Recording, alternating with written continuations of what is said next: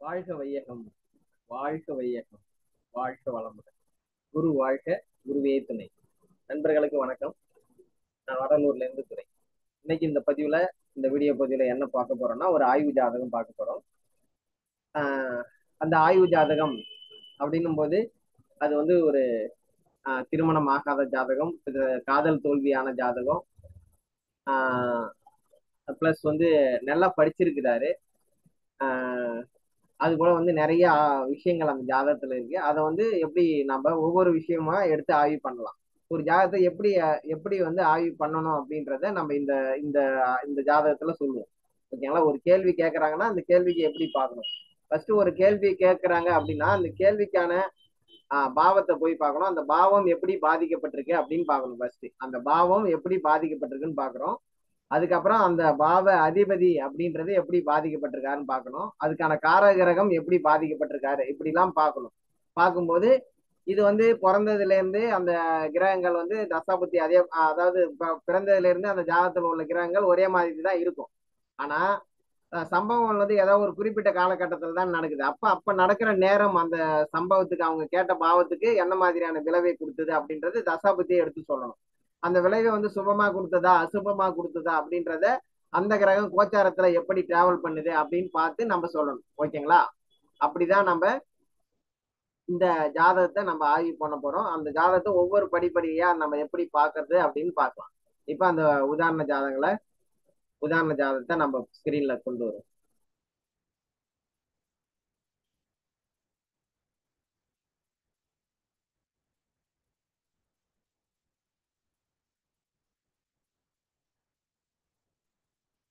இப்ப இதுதான் அந்த உதாரண ஜாதகம். ஓகேங்களா?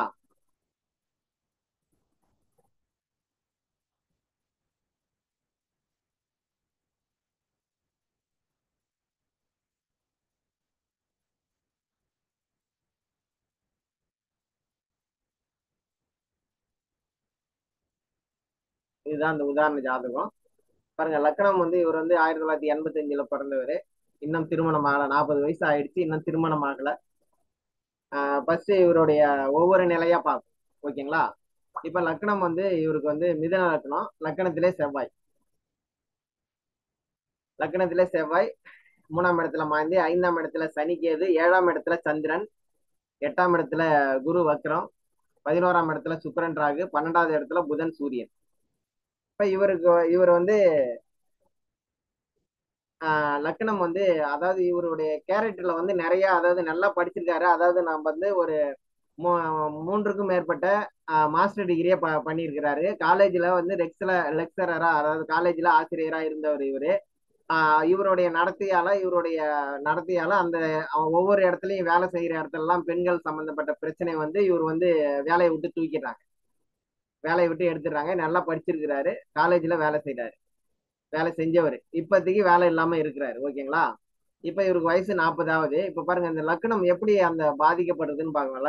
லக்னத்துல இருக்கிறதே 6ஆம் அதிபதி. அப்ப பிரச்சனைகள் இவரை நோக்கி வருதுங்க. லக்கணத்துல இருக்கிறது 6ஆம் அதிபதி. லக்கண புள்ளி பாருங்க, எப்பயுமே லக்கண ஆரம்ப முனை லக்கண புள்ளி 26 டிகிரி, 26னா புனர்பூசத்துல விழுந்திருக்குங்க. லக்கண புள்ளி எப்பயுமே கிடக்கூடாது. இந்த லக்கணத்துக்கு லக்கண புள்ளி எப்படி பாருங்க, லக்கண புள்ளி குரு வந்து 8ஆம் இடத்துக்கு போயிட்டாரு. அவரே பாதகாதிபதி. அப்ப லக்கண புள்ளியே வந்து அதுல எந்த ஜாதகத்தை எடுத்தாலும் முதல்ல லக்கணம் லக்னாதிபதி பார்க்கணும். அப்புறம் லக்கண புள்ளி பாதிக்கப்பட்டிருக்கு. லக்னாதிபதி 12வது இடத்துக்கு போயிட்டாரு. அவர் 7ல இருக்கிற சந்திரனோட, அத பாதக ஸ்தானத்துல இருக்கிற சந்திரனோடைய சாரம் வாங்கியிருக்கிறார். லக்னம் வந்து இது 7ல இருக்கிற சந்திரனுடைய சாரம் வாங்கியிருக்கிறார். ஓகேங்களா? லக்னாதிபதி 12ல இருக்காரு. லக்னம் வந்து புனர்பூச நட்சத்திரம் குருவோட, அந்த குரு வந்து இதுல எட்டுல இருக்கிறாரு. அதனால இந்த லக்னம் பாதிக்கப்பட்டிருக்கு. அப்ப லக்னம் பாதிக்கப்பட்டாலே இவருக்கு வந்து ஒரு நல்ல பலனை அனுபவிக்கிறதுக்கான, லக்னாதிபதி பாதிக்கப்பட்டாலே நல்ல பலனை அனுபவிக்கிறதுக்கான வாய்ப்பு குறைவுன்னு சொல்லிடுவோம். ஆனா இவர் நல்லா படிச்சிருக்கிறாரு அப்படின்றதுக்கான காரணம் பாத்தீங்க அப்படின்னா, நல்லா வந்து அதை 3 டிகிரி மேல படிச்சிருக்கிறாரு. காலேஜ்ல வந்து பாடம் நடத்துறாலும் இருக்கிறாருன்னா நல்லா நாலேஜ் இருக்கும்ல. சாதாரணமாவே இந்த மிதுன லக்னத்துக்கு நாலேஜ் அதிகங்க. இந்த மிதுன லக்னத்துக்கே வந்து காற்று ராசி பிரபஞ்சம், அதுவும் புதனோட வீடு அப்படின்னும் போது அதுக்கு கண்டிப்பா அந்த பிரபஞ்ச அறிவுக்கு பிரபஞ்ச நாலேஜ் உண்டு. ஒருத்தவங்க சொல்லிதான் ஒண்ணு அதாவது ஒரு கற்பனை திறன் நல்லா அது நல்லா இருக்கும். இவங்களுக்கு ஒரு விஷயத்த ஈஸியா புரிஞ்சுப்பாங்க. அதனால இவருக்கு படிப்பு நல்லா வந்தது. அந்த புதன் 12ல மறைந்தாலும் மறைந்த புதன் வந்து நல்ல கல்வியை கொடுக்கும் அப்படின்னு சொல்றாங்க. அது 4ஆம் இடம் அப்படின்ற இந்த கல்வி ஸ்தானத்துக்கு 4ஆம் இடம் அப்படின்ற இந்த கல்வி ஸ்தானத்துக்கு அவர் திரிகோணத்துல தான் இருக்காரு. 12ஆம் இடம் அப்படின்றது பாதிப்பு தான். ஆனா ஒரு 4ஆம் இடத்துக்கு பாதிப்பான இடமான்னு பாத்தீங்கன்னா அது 4ஆம் இடத்துக்கு அவர் திரிகோண ஸ்தானத்துல தான் இருக்கிறார். ஆனா 4ஆம் பாவத்துக்கு 12ஆம் பாவம் அப்படின்ற 3ஆம் பாவத்து கூட இருக்கிறதால சின்ன சின்ன தடை இருக்கும். அதெல்லாம் வந்து அதுல பிரச்சனையா இருக்குதுங்க. ஓகேங்களா, பிரச்சனையா இருந்திருக்கும். ஆனாலும் இவர் நல்லா படிச்சதுக்கான காரணம் 4ஆம் பாவ அதிபதி 4ஆம் பாவத்திற்கு திரிகோண பாவத்துல இருந்ததும், அதுக்கு குருவோட பார்வை, அவர் நீச குருவா இருந்தாலும் குருவோட பார்வை வந்து நல்ல பார்வை தான். ஓகேங்களா, குருவோட குரு வந்து நீசமாயி வக்கரமாச்சினாலே அது வந்து உச்ச பலனை கொடுக்கும் அப்படின்றாங்க. அந்த நீச பலன் வந்து கெட்டுடும் அப்படின்னு சொல்றாங்க. ஓகேங்களா, அப்ப அவர் வந்து புதனை பார்த்தது, புதன் குரு தொடர்பு அப்படின்னாலே, குரு புதன் தொடர்பு அப்படின்னாலே கல்வி நல்லா இருக்கும் அப்படின்னு சொல்றோம். ஓகேங்களா, அப்ப நடந்த நேரம் பாத்தீங்கன்னா அவருக்கு இப்ப அவர் பிறக்கும் போது சுக்கிர தசை 13 வருஷம் இருப்பு அப்படின்னும் போது திரும்ப சுக்கிரன் முடிஞ்சு சூரியன் ஒரு 6 வருஷம் 19 வருஷம் போச்சு அப்படின்னா அடுத்து சந்திர தசையில தான் வந்து எல்லாமே படிச்சிருப்பாரு. சந்திரன் அது மாதிரி சுக்கிரன் சூரியன் அப்படின்லாம் இவருக்கு ஒன்றும் பாதிப்பு கிடையாதுங்க. அப்பெல்லாம் சின்ன வயசு தான். அடுத்து சந்திர திசையில தான் அவர் காலேஜ் எல்லாம் படிச்சிருப்பாரு. 3 டிகிரிக்கு மேல படிச்சிருக்காரு அப்படின்னா அது அந்த 10 வருஷத்துல சந்திரனோட திசையில தான் படிச்சிருப்பாரு. அப்ப சந்திரன் அப்படின்னும் போது இவங்களுக்கு 2ஆம் அதிபதி தான் அவரு. அவர் இருக்கிற சாரநாதன் சுக்கிரன் சாரம். சுக்கிரன் சந்திரன் வந்து 7ல தான் இருக்கு. 7 ஒண்ணு பாதகம் அப்படின்னாலும் இவர் இந்த படிக்கிற காலகட்டத்துல பாதகம் பெருசா வேலை செய்யாது. அவருக்கு படிப்பு தான் அந்த காலகட்டத்துல அப்படின்னும் போது அது வந்து பெருசா பாதகத்துக்கு பெருசா வேலை செய்யுது. ஆனா படிப்புக்கு அப்படின்னும் போது சந்திரன் வந்து குருவோட வீட்டுல இருந்து அவருக்கு அந்த சந்திரனுடைய திசை நல்ல படிப்பை கொடுத்துருக்கு. சந்திரனுக்கு சாரம் கொடுத்த கிரகமாவது கெட்டிருக்கான்னு பார்த்தா சந்திரனுக்கு சாரம் கொடுத்த கிரகம் சுக்கிரன் சந்திரனுக்கு திரிகோணத்திலே இருக்கு. ஒரு கிரகத்துக்கு சாரம் கொடுத்த கிரகம் வந்து அதுக்கு கெடக்கூடாது அப்படின்னு சொல்றோம். ஓகேங்களா, நம்ம படிப்புக்கு மட்டும் இது சப்போர்ட் பண்ணிருக்கு. இவருடைய பர்சனல் வாழ்க்கைக்கு அப்படின்னு எடுக்கும்போது இப்படிதான் படிப்பு இவர் வந்து நல்லா படிச்சிருக்கிறார். புத ஆதித்ய சூரியன் கூட புதன் கூட இருந்து அஸ்தங்கம் ஆயிடுச்சு அப்படின்னாலும் அந்த புத ஆதித்ய யோகம் அப்படின்னு சொல்றோம்ல, அவருக்கு புதன் வந்து அந்த லக்னாதிபதியே மறைஞ்சிருந்து வெளியில இருந்து நல்லா படிச்சாரு அப்படின்றதுதான், வெளியில போய் படிச்சிருக்கலாம் அப்படின்றதுதான். ஓகேங்களா, அதனால இந்த இவருக்கு வந்து படிப்பு அப்படின்றது பாதிக்கப்படல. 9ஆம் அதிபதி எடுத்தாலும் 9ஆம் அதிபதி உயர்கல்வி சனி பகவான். அந்த சனி பகவான் இதுதான் 9ஆம் இடம் அப்படின்றது. அந்த சனி பகவானும் 9ஆம் இடத்துக்கு திரிகோண பாவத்துல தான் இருக்காரு. 9ஆம் இடத்துக்கு திரிகோண பாவத்துல தான் இருக்காரு. அதனால பெருசா இவருக்கு படிப்பு அப்படின்றது நல்லா வந்திருக்கு அப்படின்றது. 4ஆம் அதிபதியும் 9ஆம் அதிபதியும் அந்த பாவத்துக்கு திரிகோணத்துல தான் இருந்திருக்கிறாங்க.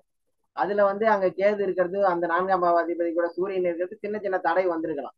ஓகேங்களா, இவர் நிறைய படிச்சதுக்கான காரணம் இதுன்னு சொல்றோம். ஓகேங்களா, இப்ப அவருக்கு அடுத்ததா வந்து நிறைய லவ் பண்ணாங்க, லவ் பண்ணியிருக்கிறாங்க. லவ் வந்து ஃபெயிலியர் ஆச்சு. அப்ப லவ் ஃபெயிலியர் அப்படின்னு பார்க்கும்போது 5ஆம் இடத்தை எடுத்துக்கிறோம். இதுதான் 5ஆம் இடம். இப்ப 5ஆம் இடம் எப்படி பாதிக்கப்பட்டிருக்கு அப்படின்னா 5ஆம் இடத்துல சனிக்கேது இருக்குது. 5ஆம் இடத்துல சனிக்கேது இருந்து 5ஆம் இடமே பாதிக்கப்பட்டிருக்கு. இப்ப 5ஆம் அதிபதி சுக்கிரன் நல்லா இருக்கிறான்னு பார்த்தா சுக்கிரன் வந்து கேது சாரம் வாங்கி அவரும் ராகு கூட இருக்கிறார். அப்ப 5ஆம் இடமும் பாதிக்கப்பட்டிருக்கு, 5ஆம் அதிபதியும் பாதிக்கப்பட்டிருக்கிறார். ஓகேங்களா, அந்த நிலையில இவருக்கு அந்த காதல் அப்படின்றது தோல்வி, காதலால பெரிய சக்சஸ் பண்ண முடியல அப்படின்றது இவருக்கு. அதுல நிறைய அதுவும் இல்லாம சுக்கிரன் ராகு இருக்கிறது, சுக்கிரனுடைய ராகு சேர்ந்தது அப்படின்றது அந்த பெண்கள் சார்ந்த சிந்தனை கொஞ்சம் அதிகமா இருக்கும் சாதாரண நபரை விட. ஏன்னா இவருக்கு பிறக்கும் போதே சுக்கிர தசையில பிறந்திருக்கிறாரு. அதுக்கப்புறம் வர்றதுல ராகு புத்தி ஏதாவது வந்தது அப்படின்னா அந்த காலகட்டத்துல கரண்ட் நின்றுது. ஆடியோவை மட்டும் கேளுங்க. ஆஹ் சுக்கிர தசையில அதாவது ராகு, அதாவது சுக்கிரன் கூட ராகு இருக்கிறது அப்படின்றது சிறப்பான அமைப்பு இல்லை. அதுவும் மிதன லக்கணம் வேற. மிதன லக்கணத்துக்கே அந்த ஒரு சாதாரணமாவே அந்த சிந்தனை அதிகம். அதான் லவ் பண்ற சிந்தனை அப்படின்ற போது இந்த புதனோட வீட்டுக்கும் சுக்கிரனோட வீட்டுக்கும் அதிகம்னு சொல்றோம். 5ஆம் இடம் வந்து சுக்கிரனோட வீடா வந்தது. அந்த சுக்கிரன் அப்படின்னும் போது லக்கணத்துக்கு 11ல இருக்கிறதும் நல்லதுதான். ஆனா அவர் ராகு கூட சேர்ந்து கேது நட்சத்திரத்துல இருக்காது. அவருக்கு வந்து லவ் சக்சஸ் கொடுக்கல. ஓகேங்களா, அதுவும் கெட்டு போச்சு. 5ஆம் இடம், அப்ப 5ஆம் பாவமும் பாதிக்கப்பட்டிருக்கு, 5ஆம் இடத்து அதிபதியும் பாதிக்கப்பட்டிருக்கிறார். அப்ப சனி பகவான் கேது கூட சேர்ந்து அந்த 5ஆம் அதிபதியை பார்த்துட்டாரு. அதுவும் வந்து பாதிப்பாக்கான வாய்ப்பு அதிகம் சொல்றோம். ஓகேங்களா, அடுத்ததா இவங்களுக்கு திருமணம் ஆகலை, இன்னும் திருமணம் ஆகலை அப்படின்னும் போது 7ஆம் அதிபதி எடுத்துக்கிறோம். 2ஆம் இடம் நம்மளுக்கு ஃபர்ஸ்ட் 2ஆம் இடம் குடும்பம் அமையணும்னு எடுத்துக்கிறோம்ல பொதுவா. பொதுவா 2ஆம் இடத்தை எடுத்துக்கிறோம். 2ஆம் இடம் பொதுவாக சொல்லுவாங்க. 2ஆம் இடம், 4ஆம் இடம் சுகஸ்தானம், 7ஆம் இடம் வந்து திருமணம், 12ஆம் இடம் வந்து அயன சயன போகம் அப்படின்னும் போது 2ஆம் இடம் முன்னாடியே சொன்ன போல இப்ப நம்ம குடும்பம்னு எடுக்கும் போது அது பாதகத்துக்கு போயிருக்கு அப்படின்னு எடுக்கணும். அப்ப 2ஆம் அதிபதி அப்படின்ற கிரகம் வந்து 2ஆம் இடத்துக்கு 6ல மறைஞ்சிருக்கிறாரு. அவர் லக்னத்துக்கு பாதகத்துல போயிருக்கிறாரு. அந்த கிரகத்துக்கு சனிக்கேதுவோட 3ஆம் பார்வை. சனிக்கேதுவும் தன்னுடைய 3ஆம் பார்வையால சனிக்கேது இதை பாக்குறாங்க. சனிக்கேதுவோட 3ஆம் பார்வை இங்க இருக்கு. ஓகேங்களா? அடுத்ததா 2ஆம் பாவம் பாதிக்கப்பட்டிருக்கு. அதுக்கு 4ஆம் பாவம் அப்படின்னு பார்க்கும்போது 4ஆம் பாவம் எப்படி பாதிக்கப்பட்டிருக்கு அப்படின்னா 4ஆம் பாவ அதிபதி அந்த சுகஸ்தானம் அப்படின்ற 4ஆம் பாவ அதிபதி 12ல இருக்கிறாரு. அவர் 4ஆம் பாவத்துக்கு 12ஆம் பாவமான 3ஆம் அதிபதி கூட சேர்ந்து 3ஆம் அதிபதி தான் சூரியன் கூட சேர்ந்து இருக்கிறாரு. இதுக்கு சாரம் கொடுத்த கிரகம் 4ஆம் அதிபதிக்கு சாரம் கொடுத்த கிரகம் 4ஆம் இடத்துக்கு 8ல மறைஞ்சிருக்கிறாரு. 4ஆம் இடத்துக்கு 4ஆம் அதிபதி புதன் வந்து புதன் பாருங்க, புதன் வந்து இங்க ரோகிணி சாரம். அந்த ரோகிணி அப்படின்னும் போது இப்ப சந்திரன் வந்து இந்த புதனுக்கு வந்து 8ல மறைஞ்சிருக்காரு. அப்ப 4ஆம் பாவம் அப்படின்றது பலமா பாதிக்கப்பட்டிருக்கு அப்படின்னு சொல்றேன். இந்த 4ஆம் பாவமும் பாதிக்கப்பட்டிருக்கு. ஓகேங்களா? அடுத்தது 7ஆம் பாவம் எடுத்தீங்கன்னா 7ஆம் பாவத்திலே வந்து இருக்கிற கிரகம் வந்து 7ஆம் பாவத்திற்கு 8ஆம் அதிபதி இருக்கிறார். இந்த சந்திரன் வந்து 7ஆம் பாவத்திற்கு 8ஆம் அதிபதி ஃபர்ஸ்ட். ஓகேங்களா? 7ஆம் பாவத்திற்கு 8ஆம் அதிபதி இவரு. அடுத்தது இந்த 7ஆம் அதிபதி எப்படி இருக்காருன்னு பார்த்தா 7ஆம் அதிபதி 8க்கு போயிட்டாரு. அவரு வக்கரம் ஆயிட்டாரு, நீசமா இருக்கிறாரு. அவர் வந்து நல்ல பலனா கொடுத்தாலும் நீச வக்கரம்ன்றது உச்ச பலன் சொன்னா கூட அவர் ஃபர்ஸ்ட் அது நீசம் ஆயிட்டாரு, வக்கரம் ஆயிட்டாரு அப்படின்றதுக்கான பலனை செய்வாரு. அதனால 7ஆம் அதிபதி 8க்கு போனது சிறப்பு இல்ல. 7ஆம் அதிபதி வாங்கிய சாரம் பாத்தீங்கன்னா 7ஆம் அதிபதி குரு பகவான் என்ன சாரம் வாங்கியிருக்காரு பாத்தீங்கன்னா இங்க பாருங்க, குரு பகவான் வந்து அவிட்டம் சாரம் வாங்கியிருக்காரு, செவ்வாய் சாரம் வாங்கியிருக்காரு. அப்ப 7ஆம் அதிபதி 6ஆம் அதிபதி தொடர்பு வந்துருச்சு. 7ஆம் அதிபதி 7ஆம் இடம் வந்து 6ஆம் இடம் தொடர்பும் வந்துருச்சு. இந்த 6ஆம் இடம் தொடர்பும் வந்துருச்சு. அப்ப 7 6 தொடர்பு ஆயிடுச்சு. ஓகேங்களா? இப்ப இந்த 2ஆம் இடம் பாதிக்கப்பட்டிருக்கு, 4ஆம் இடமும் பாதிக்கப்பட்டிருக்கு. 7ஆம் இடத்துல வந்து பாதகாதிபதி, 7ஆம் இடத்துக்கு சனிக்கேதோட தொடர்பு, 7ஆம் அதிபதி 6ஆம் அதிபதியோட சாரத்துல சூரியனும் சுக்கிரனுக்கும் இடைப்பட்ட பாகை அப்படின்னு பாத்தீங்கன்னா 42 டிகிரிக்கு மேல இருக்கு. இதுல ஒரு 25, இதுல ஒரு 20, 45 டிகிரிக்கு மேல வந்துருச்சு. அதுவும் இந்த சூரியனுக்கும் சுக்கிரனுக்கும் இடைப்பட்ட பாகை வேற அதிகமா இருக்கு. 7ஆம் இடத்துக்கு நேரா 6ஆம் அதிபதியோட பார்வை வேற, செவ்வாயோட பார்வை நேரா வந்து 7ஆம் இடத்துக்கு இருக்கு. இந்த அளவுல இவருக்கு வந்து செவ்வாயோட நேரா 7வது பார்வை.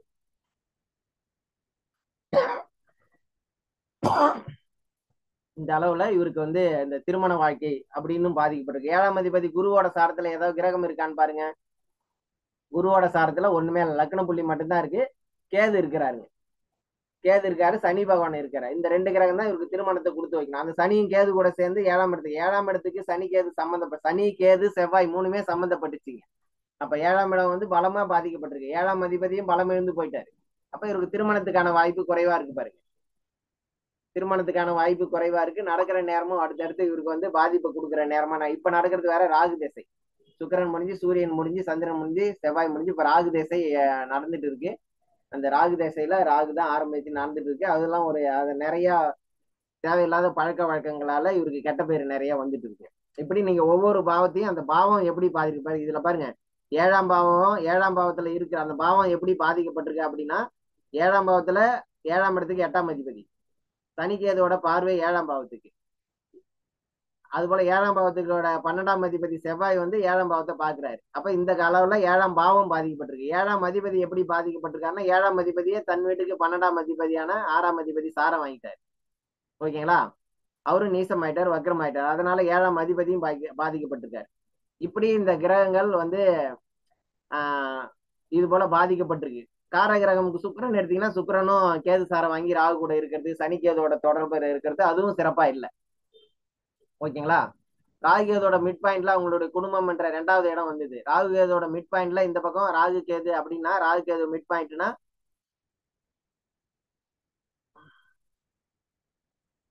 Rahu Ketu mid point. இது நேரா நம்ம ராகு கேதுக்கு ஒரு கோடு போட்டோம்னா இதுக்கு மிட் பாயிண்ட் எடுத்தீங்கன்னா இந்த பக்கம் குரு 7ஆம் அதிபதி பாதிக்கப்பட்டாரு, இந்த பக்கம் குடும்பம் பாதிக்கப்பட்டிருக்கு. அப்ப இந்த ராகு கேதோட மிட் பாயிண்ட்ல 7ஆம் அதிபதியும் வந்துட்டாரு, 2ஆம் இடம் குடும்பமும் வந்துருச்சு. அதனால இவருக்கு நிறைய மைனஸ். இவருக்கு திருமணம் அமையறதுக்கான காரணம் நிறைய இருக்கு. ஓகேங்களா? பவர் கட் ஆயிடுச்சு. அதனால கண்டினியூ பண்ண முடியல. ஓகே, இந்த ஜாதகம் இந்த லெவல்ல தான் வந்து இது பாதிக்கப்பட்டிருக்கு. நீங்க உங்களுக்கு தெரிந்த முறையில ஆய்வு பண்ணுங்க. நாம சொன்ன அந்த கருத்துக்களை ஏத்துக்க ஒவ்வொரு பாவத்தையும் ஆய்வு பண்ணும்போது அந்த பாவம் எப்படி பாதிக்கப்பட்டிருக்கு, அந்த பாவ அதிபதி எப்படி பாதிக்கப்பட்டிருக்காரு, காரக கிரகம் எப்படி இருக்கு, நடந்த தசா புத்தி அந்த அவங்க கேட்கிற கேள்விக்கு சப்போர்ட் பண்ணுதா அப்படின்னு நம்ம பார்த்து பலனை எடுத்தா ஈஸியா பலனை சொல்லிடலாம். ஓகேங்களா? இப்படிதான் பலன் சொல்லணும். உங்களுக்கு இந்த பலன் சொல்றதுல ஏதாவது சந்தேகம் இருந்தா எனக்கு எப்போ வேணாலும் தொடர்பு பண்ணி கால் பண்ணி கேட்கலாம். என்னுடைய நம்பர் மேலேயே கொடுத்துருக்க பாருங்க, 9865550210. இதுக்கு வாட்ஸ்அப் பண்ணலாம். உங்களுக்கு யாராவது ஜாதகம் பார்க்கறனாலும் என்னுடைய இந்த நம்பருக்கு வந்து வாட்ஸ்அப் பண்ணுங்க, எல்லாம் ஃபோன் பண்ணி சொல்லுங்க. நம்ம நிறைய வந்து அடிப்படையிலேருந்து உயர்நிலை வரைக்கும் வகுப்பு எடுத்துட்டு இருக்கோம். நீங்க எல்லா முறையிலும், அதை திருமண பொருத்தம், குழந்தை பேரு, இந்த ராகுகேது பத்தி, தொழிலை பத்தி, கல்வியை பத்தி, வருமானத்தை பத்தி, அதனால ஒவ்வொரு தலைப்புலையும் தனித்தனியா எடுத்துட்டு இருக்கோம். அந்த வகுப்பு ஏதாவது படிக்கணும்னாலும் என்னுடைய நம்பருக்கு கான்டாக்ட் பண்ணுங்க. இந்த வீடியோ நிறைய நம்ம போடுறோம். அந்த வீடியோ வந்து உங்களுக்கு தெரிஞ்ச ஒரு குரூப்ல ஷேர் பண்ணுங்க, ஒரு லைக் பண்ணுங்க. ஒரு நல்ல பதிவு இருக்கு அப்படின்னா லைக் பண்ணாதான் நம்ம அடுத்தடுத்து போடுறதுக்கும் கொஞ்சம் இன்ட்ரெஸ்டா இருக்கும். அதனால லைக் பண்ணுங்க, ஷேர் பண்ணுங்க. சப்ஸ்கிரைப் பண்ணாதவங்க நம்ம சேனலை, அஸ்ட்ரோ வடலூர் சேனலை சப்ஸ்கிரைப் பண்ணுங்க. அந்த பெல் பட்டனை கிளிக் பண்ணீங்க, நம்ம போடுற அடுத்தடுத்த வீடியோ உங்களுக்கு நிறைய வந்துகிட்டே இருக்கும். அதனால உங்களுக்கு பயனுள்ள விஷயத்த ஜோதிடத்துல தெரிஞ்சுக்கலாம். நம்ம தேவையில்லாத விஷயங்களை பொது பலனை சொல்லலை. ஒரு ஜாதகத்துக்கு எப்படி பலன் சொல்லணுமோ அதை தான் சொல்லிட்டு இருக்கிறோம்.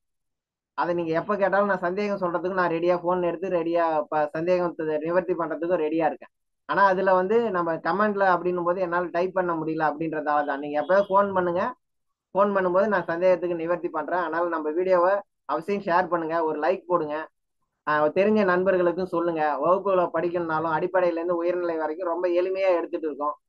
அந்த வகுப்புல படிக்கணும்னாலும் நம்மளை கான்டாக்ட் பண்ணுங்க. மீண்டும் ஒரு சிறப்பான பதிவுல சந்திக்கலாம். நன்றி நண்பர்களே. நன்றி.